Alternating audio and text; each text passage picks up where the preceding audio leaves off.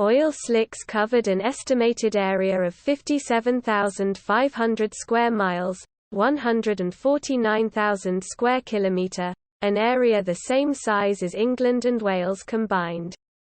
Starting on April 20, 2010 and lasting 84 days. The better we will be able to mitigate oil spills and understand and detect environmental damages from oil spills, he said. On the night of April 20, 2010, the Deepwater Horizon. The better we understand the chemicals and their chemical reactive properties as well as their physical properties. It was the largest, longest-lasting and deepest oil spill accident in U.S. waters. The new study has been led by Edward Overton. Oily layers coated grasses along the shorelines and some particles even sank to the seafloor, staying there for a decade. After the Deepwater Horizon spill on April 20, 2010, a rig owned by Transocean Limited burst into flames after drilling a well for BP plc, killing 11 workers on or near the drilling floor. The rest of the crew evacuated. But 2 days later the rig toppled into the Gulf and sank to the seafloor. The bodies were never recovered. Over the next 85 days, 206 million gallons of oil, 19 times more than the Exxon Valdez spewed from the well. In response, the nation commandeered the largest offshore fleet of vessels since D-Day. And BP spent billions of dollars to clean up the mess, saving itself from collapse. BP was suspended from performing any new government work in America in November 2012. After it agreed to plead guilty and pay a $4.5 billion fine, £2.8 billion, for criminal charges over the disaster. But it left lingering oil residues which have altered life in the ocean by reducing biodiversity in sites closest to the spill. Our paper describes the most abundant chemicals that make up typical crude oil and their potential fates in the environment.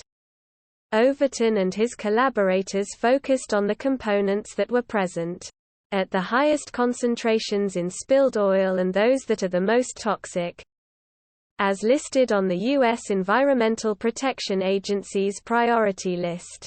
By collecting and analyzing samples from the water, seafloor and surrounding shorelines in numerous response studies.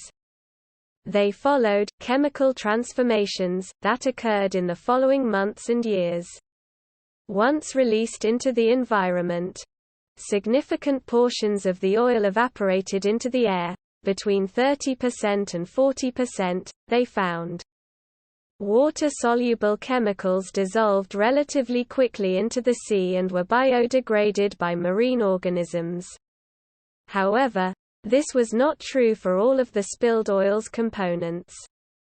As oily layers coated the shorelines, grasses and some particles even sank to the seafloor. Large portions of the spill also underwent sun-dependent chemical transformations or were degraded by microbes. Oils compounds are a type of material that can be degraded by sunlight and marine bacteria, biodegradation. In contrast to other types of pollutants such as the chlorinated pesticides like DDT, said Professor Overton. Oil spills release lots of chemicals quickly and most damage from oil spills occurs fairly soon after the spill. The team also said oil goes through transformations that are dependent on the local conditions and weather, which makes them difficult to predict for future spills. Environmental circumstances surrounding specific spills greatly affect how quickly the compounds can react, what they cover or coat, and how much oxygen can be taken up in critical habitats, said Professor Overton. The study has been published today in the journal Frontiers in Marine Science. If you liked the video, please like and subscribe to my channel to stay up to date. Peace for everyone. Thank you very much for visiting my channel. If not difficult, like and subscribe to my channel to always be aware of events. Thank Traces of oil from BP's Deepwater Horizon disaster are still present more than 10 years after the devastating spill, a new study reveals. Researchers have looked at the long-lasting effects of the explosion in April 2010 in the Gulf of Mexico on the BP-operated Macondo prospect. They say small amounts of highly weathered oil residues from the disaster were still present in the surroundings as recently as 2020. A professor at Louisiana State University's Department of Environmental Sciences in Baton Rouge, Louisiana.